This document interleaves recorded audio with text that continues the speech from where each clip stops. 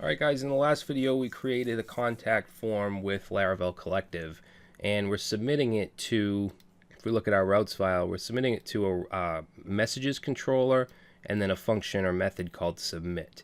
So this doesn't exist yet, this controller, and where controllers go is in the app folder and then HTTP and then controllers.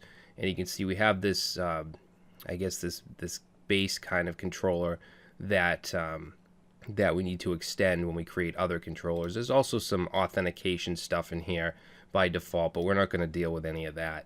What we want to do is create a new controller. So to do that, we can use a tool called Artisan. Okay, so we can run PHP Artisan commands to do tons of different things. To create controllers, create models, database migrations, all kinds of stuff. So what we're going to do is pull up the command line. And let's clear this out. And we're going to create a controller. So we'll say PHP Artisan, and then we want to do create : controller.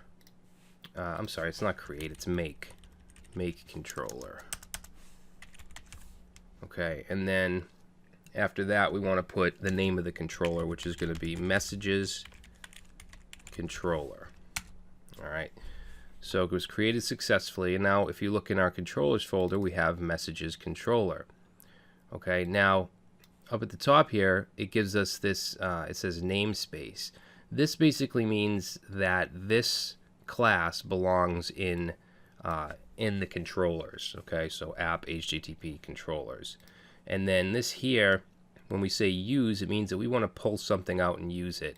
And illuminate, basically you can kind of think of this as Laravel. So we're going to take it from Laravel out of HTTP request. Okay, and this basically allows us to handle requests.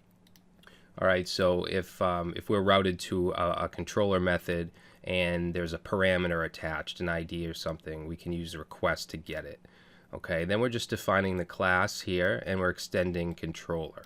Okay, anytime you create a controller, you need to extend this core controller. So if we look in the routes, we're submitting this to a function or a method called submit. So let's create that.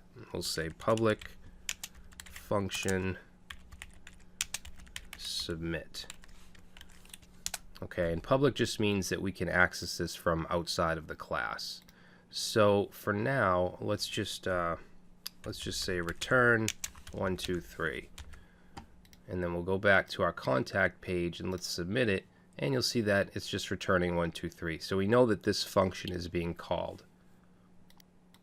Now, in order to access the contact fields, the data that's typed in here, we need to use this request.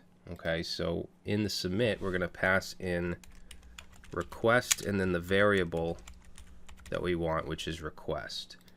Okay, and then we can access these fields by saying request input,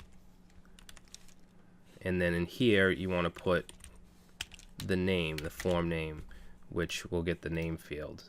Okay, so let's go ahead and save that, and we'll just type in test for the name and submit, and we get test. So that's how we can access these fields. Now we want to do some validation because we don't want, for instance, no name to be, right now we can submit it even if there's no name, and I don't want that. I want these fields, at least the name and the email, to be required. Now when we use a controller that's extending this core controller, we have all the methods and properties, anything that's available in the core controller we can use, and there's something called validate. There's a method called validate that we can use. So what we're going to do is we're going to say this, okay, meaning this class, and then the function we want is validate. All right, and then in here we just want to pass in request and then an array, an associative array with the field we want, which is name, and then the rules, or rules can be more than one, but we just want required. All right, and then we'll say email also required. Okay, and then down here let's just return, we'll just return success. Okay, and now if we go back and reload and we submit, what's this? Just expected. Let's see. Name.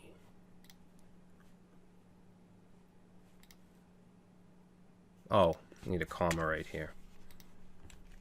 Okay, so we'll resubmit, and you'll see that it's not returning success. It's not moving past this point because this isn't okay. If I were to put stuff in here, then we could submit. Now, we need a way to let the user know what's going on, because right now it's just not doing anything. And when this runs, it actually puts out the errors. We just need to basically catch them in our template or in our view. So what we'll do is go to app.blade.php and figure out where we want to put these messages, which I think should go right above the main content, so right here. And we can say if count, which is a function that'll just count errors. We want to say, yeah, errors, and if that is greater than 0, so if the errors are greater than 0, whoops, then we want to do a for each loop and basically loop through these errors. So let's do at for each, and we're going to say errors all as error. All right, and then we have to end the for each. And in here, what we want to do is display each error. Now I want to display it in a div, and we're using Bootstrap, so I'm going to say alert and then alert danger, which is going to make it red. And then in here, we just want to spit out the error. Okay, so let's go ahead and save that and submit. And now we get our errors. The name field is required, the email field is required. Now I don't like having all this stuff in my template itself or in my layout, so I'm going to create an include here called messages.blade.php, and any errors or messages I want to be in this file, and then we'll just include it. So let's grab this and we'll cut that out, and then we'll just put include, and that's going to be inc.messages.